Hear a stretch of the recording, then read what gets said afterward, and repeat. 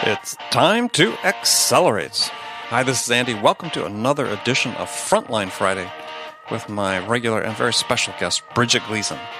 Now, before we get to the show, Bridget and I have a favor to ask of you. Really appreciate it if you took time right now to leave a review for this show on iTunes. And while you're there, click the button, subscribe to Accelerate. Make sure you get Frontline Friday automatically each week. Also, we need to hear from you. More specifically, we need your sales questions. What can we answer for you? What challenges do you have that we can help you with? So go to accelerate.fm/frontline and enter your question there. Each month, we're going to select one listener's question to be the question of the month. And the winner will receive a $50 Amazon gift card. So remember, go to accelerate.fm/frontline to give us your question and maybe win $50. So Bridget, how are you today? Andy. Yes. I'm great. Great. No.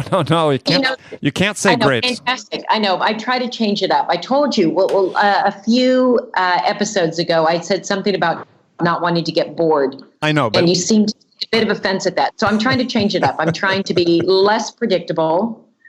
And one of my colleagues here, every morning when he and I get into the office, I'll ask him, Boaz, how are you today? And he'll pat his arm and he'll touch his head. And he said, you know what? I woke up this morning in one piece. I'm doing great. So I feel the same way. All right. A lot to be thankful for. All right. Well, I was just concerned about the branding, right? Because, people know you as Captain Fantastic, and I just want to make sure Okay. Let's. I'm doing fantastic. I'm always doing fantastic. Okay. So we find you in Boston today? You find me in Boston today. Cold Boston today. Cold Boston. We're getting into that season. Yeah. Where it's going to be cold for some period of time. Yeah. Long period of time. Yeah. A bunch of cold runs coming up early in the morning. Yeah, that's true. Starting tomorrow. Yeah. Yeah, I like those cold runs. I know you do. Yeah. So we have a guest today. Awesome. And joining us is really for her third appearance on Accelerate. Her first appearance on Frontline Fridays is Deb Calvert.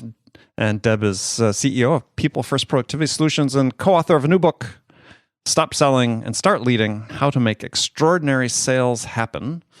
Deb, welcome to the show. Thank you very much. I see we're doing everything in threes today. I'm back for the third time, and Bridget is great, and you're Andy. So yes. I know, everything's in threes, and there are three of us. And so that's the theme of three. Very nice. Okay. I'll try to work that in as we go through the conversation. Maybe I'll ask one question 3 times just to play along. So, Deb, thanks for joining us. We're excited to talk about your new book. And because you and I have been talking about, you've had this in the works for quite a long time. I think we probably even talked about it the last time you were on the show, at least the research you were doing in preparation for writing the book. So tell us a little bit about Stop Selling and Start Leading. Yeah, it has been in the works for a long time. This has become a movement. It started with a hypothesis, and it then turned into research with buyers. Then that dovetailed into some research with sellers. And as it all began coming together, it just made more and more sense. But it's been going on for probably 3 years, and I don't say that just because we're on threes, but it's. And the book is 3 pages long. And it's the threes. It's the threes. I do have 2 co-authors, so yes. There's 3 of you there. Wow. Uh-huh. Okay, so tell us about the book. So what's the thesis of the book, and who's it really intended for? Yes, well, this has become a behavioral blueprint for sellers, the sales behaviors that buyers respond to.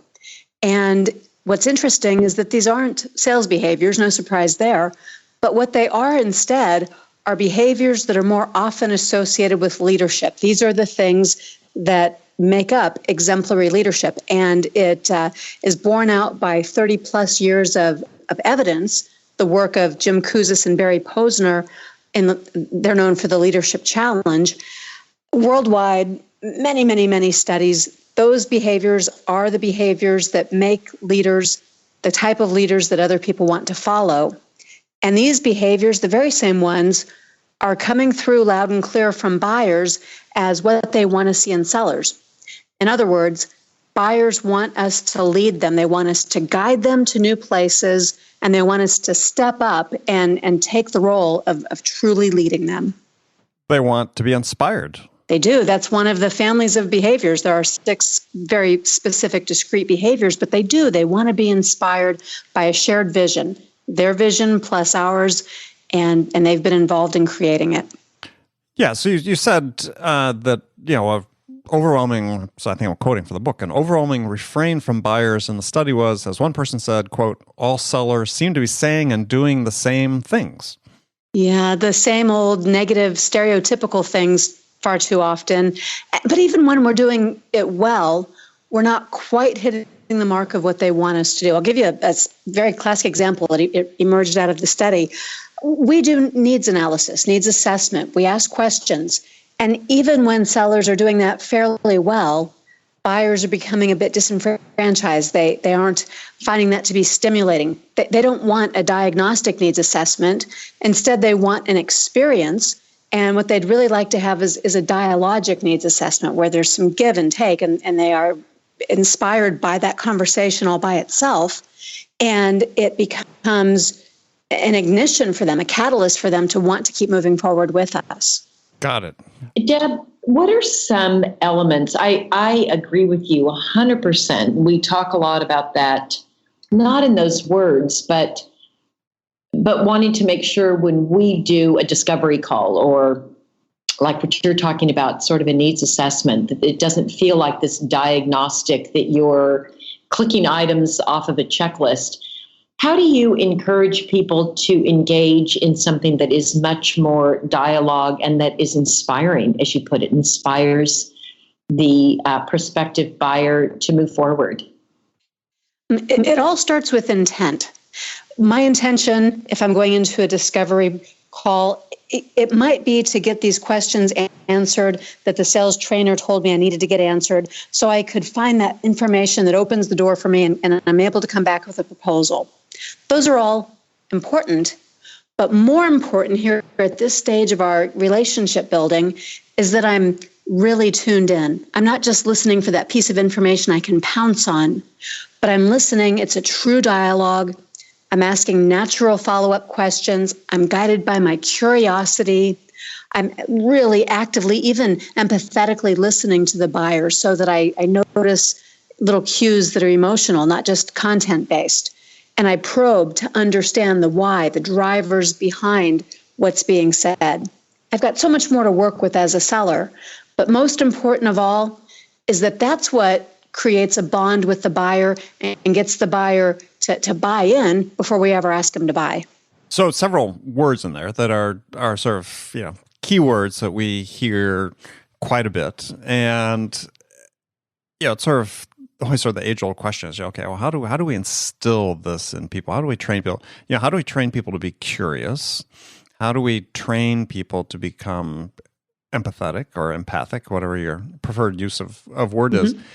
Because, there are studies that have been published as, I forget the organization at Oxford Research or somebody that does an annual study of empathy of graduating seniors from college. And since 1979, I think they've been doing this. And the empathy level of graduating seniors of college has decreased basically every year they've done the study.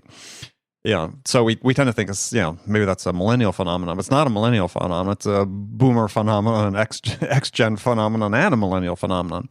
So how do we break these trends? How do we, get people to fully understand the benefit of the empathy and the curiosity and make it a habit? Yeah. So there are 3 things. The first one is, hey, how about if these really are important, how about we look for these in the people that we're hiring? So these are their competencies. These are traits that can make a seller more effective. So whenever possible, given all other things being equal, let me pick the seller who tends to be a little bit more curious and who does show a little more empathy. That's an advantage. But you just said, but there aren't as many of them. So now what do I do? And you answered that question too, but let me draw it out a little further. Sorry, I didn't mean to preempt. No. I like it, Andy, that you just ask and answer your own questions. It's very clear. A show of one. Why do I need guests? Bridget, we're both out of a job. Yeah, exactly. Andy's got it covered. Yep. But it's about showing people the importance. Empathy comes naturally to some people and not as naturally to other people. But it's like all leadership behaviors. There's a choice that you make. Leadership boils down to choices. And I can make a choice to focus and not let myself be as distracted. I can make a choice to ask questions if I don't really understand the emotion, but I see that there's an emotion. Let me ask a question that helps to mine for what that is and to understand the importance and the impact of it. And those are teachable skills, but nobody will learn them if they don't first see the importance of them. So using research like this, helping people to receive coaching so the mirror's held up and they see what happens when they do and when they don't demonstrate curiosity and empathy. There are many things that can be done to help bridge the gap. Will it be perfect? Will everybody be earning A+ on the reports on empathy and curiosity? Maybe not. But if they start where they are and improve the frequency just a little bit of those behaviors, it does make a difference. Well, how do you get managers to, this is where it started, you're talking about hiring people that have those, at least the beginnings of these competencies, have tendencies toward these competencies of empathy and curiosity and so on, is, and Bridget and I have talked about this numerous times on the show, is, the typical job description for a B2B salesperson is, we need a hunter, a closer, and an aggressive extrovert. And never have you ever seen a job description that says, we want a curious, empathetic problem solver to be our salesperson? Well, that's because you're not looking at the ones that I write, but I do consult with sales organizations. Okay, send me some of those. I'd like to see those. Yeah, absolutely. Well, a competency model, we should know exactly what it is that makes sellers in our organization successful. And those competencies include the behaviors and the knowledge and the skills or characteristics that our top sellers exhibit. And then with any selection process, and it's not just me who does this work, the selection process should be looking for the sellers who are the closest match to that ideal. They have the most of those competencies. And then our training program supplements. We also train on those same competencies because they know these are the ones that will make people successful. And we coach around those. We do whatever we can to performance manage around the ones that fit the performance management standards, and which is not always characteristics, but some of the others certainly. And when there's a well-rounded competency model that drives all of those decisions and helps people to know exactly what it takes to be successful, that has then an implication for the sales culture. It makes you the employer of choice because it's obvious what it takes to be successful, and you retain your employees longer. There's all kinds of residual benefits when you have a true system. Bridget, any questions? No, I love what she's talking about here. I think it's fantastic. I'm just thinking about in our own organization how that would be really helpful. Well, I think the hiring's really sort of at the key to it. So do you recommend companies then use off-the-shelf assessments or customized assessments to assess these basic competencies? I mean, one of the real disconnects, I think, that what you're seeing more in what I would consider sort of state-of-the-art hiring is, more use of assessments, leaving less to sort of the gut instinct of the interviewers. Agreed. So yes, I do recommend using assessment tools. They should be a factor, not the only deciding factor, and they should be used after the interview process for your finalist candidates.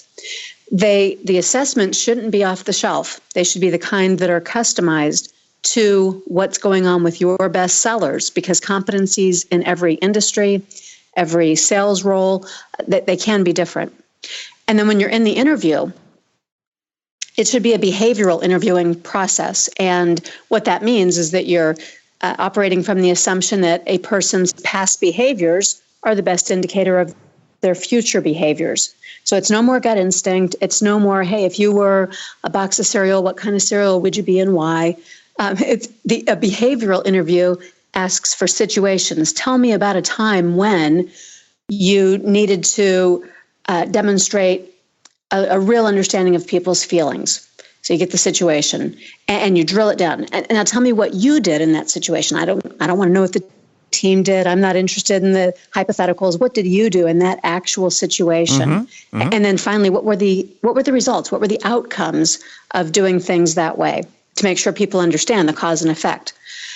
And when you have your competencies that you're interviewing for, and you ask behavioral questions, and then you verify that with an assessment tool, you have a much greater likelihood of getting the right people in the door. Interesting. You talk about doing assessments after the fact. I was thinking the same thing. So a lot of people use them for screening, which gets to be expensive.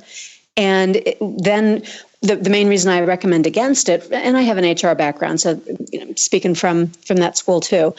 First of all, you don't want the test to override human judgment, but secondly, you don't want humans to put more stock in the test than it really deserves. We've got to keep it all in balance. Sure. Yeah, that makes sense. That's a good point. Okay. Yeah, I can sort of see that. So what about the interview process? Because I think more recent, more state-of-the-art interviewing is that, hey, if you bring someone in and they're going to talk to 5 people, yeah, these type of behavioral questions are great. Everybody has to ask the exact same questions. Yep.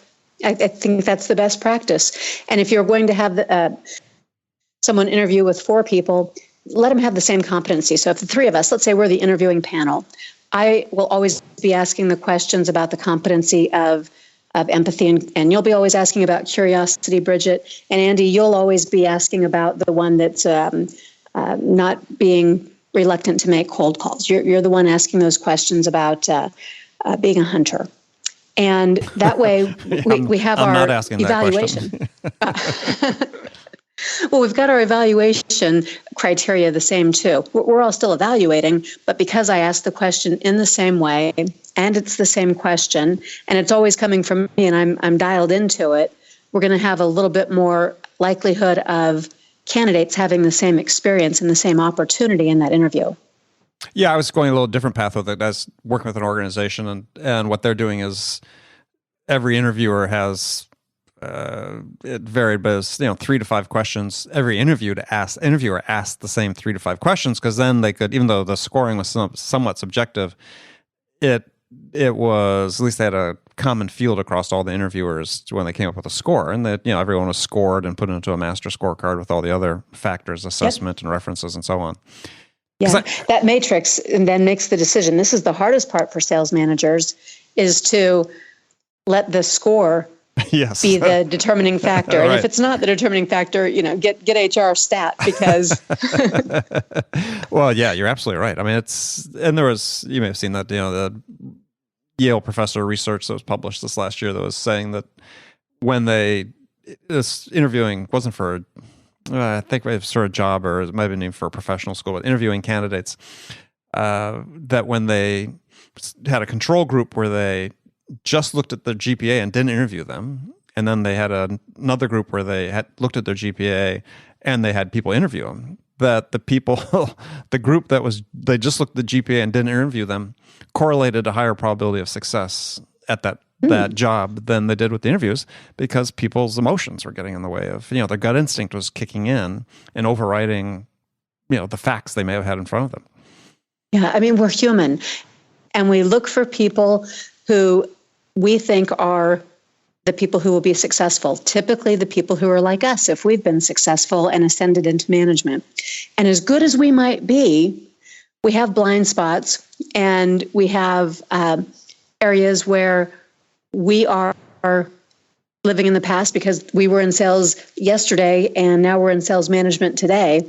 There are better ways of doing things. I know if people were here live with us, I'd be getting the Rotten Tomatoes right about now. But it's true.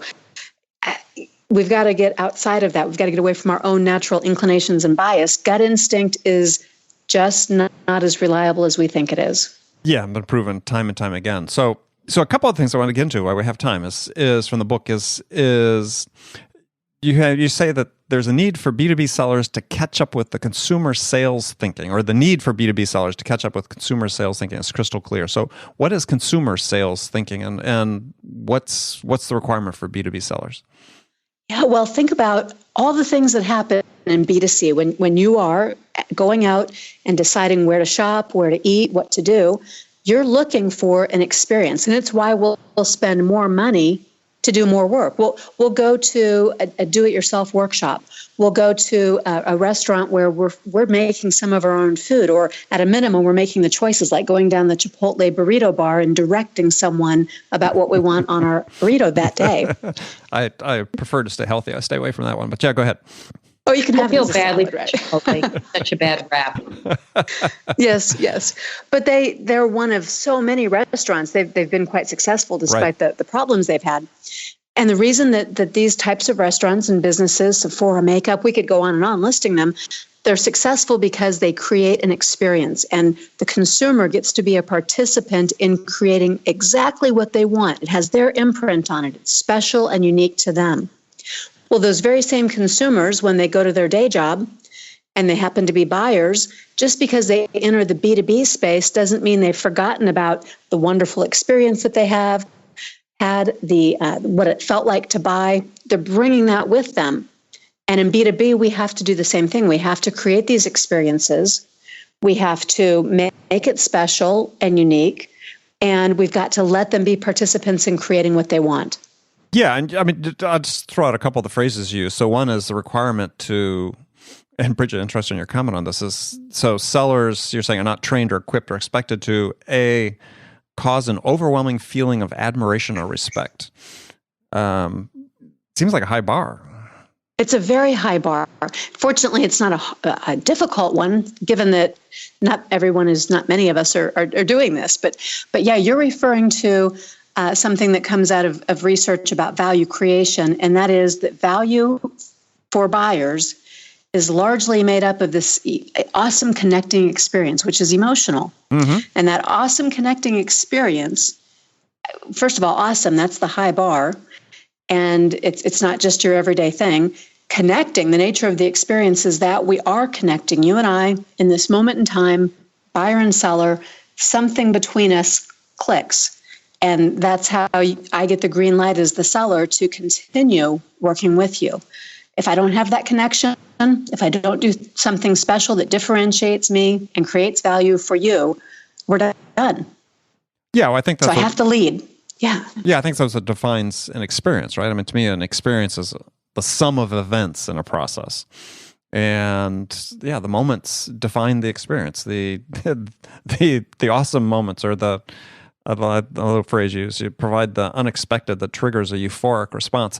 I'm not sure I've ever had a buyer experience euphoria when I've been selling to them, but... well, you've heard of the term retail therapy? Sure. Retail therapy on the consumer side, that's a euphoric response. It's measured in the brain. It feels good to buy something that you've wanted or that you took a little delight in. In B2B, what triggers that euphoric response is something that exceeds your expectations. It's unexpected. It can be simple though, even a thought-provoking question that really makes you think and that causes you to realize something or to reflect on something, even that can be euphoric. And maybe, euphoric isn't the clouds opened up and the sun beamed down, but it's in the brain, it's similar Eureka. To that. Right. Yes. So, well, I mean, it's interesting, Deb. I think some of it, I think that aspect of being surprised and something unexpected that creates delight, I think is one way. And I think about that with experiences that I've had. Let's say, I remember one time I was having this is several years ago when I still used Microsoft products, but I was having a huge issue with my computer, and I had a presentation coming up, and it was early in the morning. I had kids at home, and I called Microsoft support with very, very low expectations that I would even get through to somebody. It's this big company. And I had the most amazing experience. I remember it was more than 10 years ago. And I remember this support rep on the phone who told me from the very beginning, Miss Gleason, I just want you to know I'm going to solve your problem. It's going to be fine. Because I told him I have a presentation in 2 hours. My computer's not working. He said, Miss Gleason, it will be done. I'll have it up for you in 2 hours. And it turned out that I needed an updated version of some of the software. And he said, how close is a Fry's or a Best Buy? It's about 20 minutes. And he said, Miss Gleason, I will stay here on the phone. Go there, get it, and come back, and I will wait for you right here. I'm like, okay. I came back 40 minutes later. And it was so unexpected. It was just an unexpected gift. He could handle other chats and stuff at the same time, but it was really that notion. It was the unexpected. And he also kept repeating back to me what I had told him, that of what was important to me. I had a presentation. My presentation was in 2 hours. My computer wasn't working. And he kept saying it back to me. He heard me. Mm-hmm. And so I think and he would say it. He would say, I know your presentation is 2 hours. I will have it backing up and running for you, Miss Gleason. And he kept saying my name.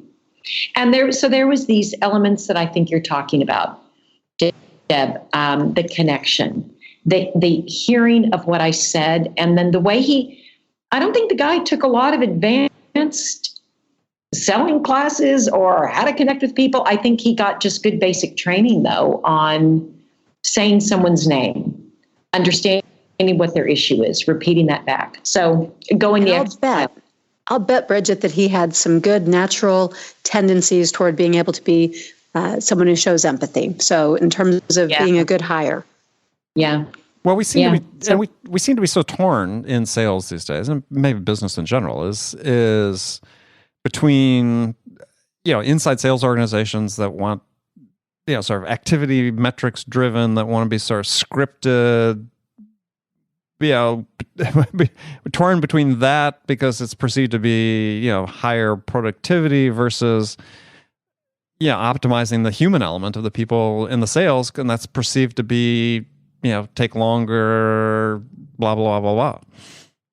I mean, it seems like we've got this fight going on for the soul of sales, it feels like. Ooh, can I quote you on that? Yes, sure. It does feel that way. And at the very same time it feels that way, it feels like buyers reject selling, sellers reject selling. Have you ever looked at business cards? There must be a million different titles all created just to avoid the word sales, as if it's a dirty word. Oh, completely. Yeah. That's right. Yeah. Yeah. But all we have to do is find out what is it that buyers want. I mean, we can have all the sales enablement in the world. We can have all the arguments we'd like to have about what is it that sales should be all about and what is it that it should be focusing on. The truth is there are many different ways to get to the same thing. And the same thing ought to be, what do our buyers want from us? And we know beyond a shadow of a doubt after 3 years of research that they want us to lead. They want us to do 30 simple things more frequently than we do them now. And you can do anything else you want out there and in the way that you sell, the way that you choose to make the connection, phone, email, cold referral, whatever else those debates might be about. But whenever you are doing any of those things, make sure that your role is as a leader and not as the salesperson with the baggage that implies. All right. Well, that sounds like a great wrap-up statement for the interview here. Deb, intentionally or not, perfect, good timing. So tell people about the book, when's it going to come out, and or if it's out already. This is going to come out in January, so it may be out already, but also how they can find out more about it and connect with you. Yeah. Okay. So the book comes out on March 5th. We're March doing 5th. pre-sales right now. We got a nice long runway here. But the reason that the runway is so long, first of all, pre-sales are awesome. They're going really, really well. There's huge demand for this. People have been hearing about the movement for quite some time now, and it just makes sense.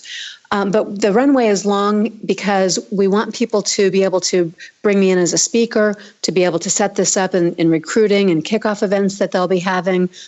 For organizations that want this to be something they give to their entire team or to sellers that they're looking to attract in their community, those folks ought to get in touch with me. We're going to make it easy for you to get this to your team and to get some bonus extended learning on top of it. All right. So how do they get in touch with you?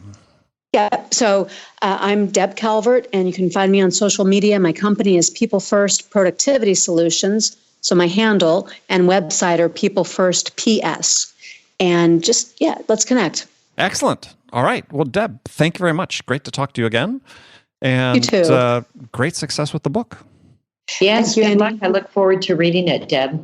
Thank you, Bridget. Appreciate both of you today and everything you're doing for the sales community. All right. And friends, thank you for joining us again today. We'll talk to you again next week. Take care, everybody.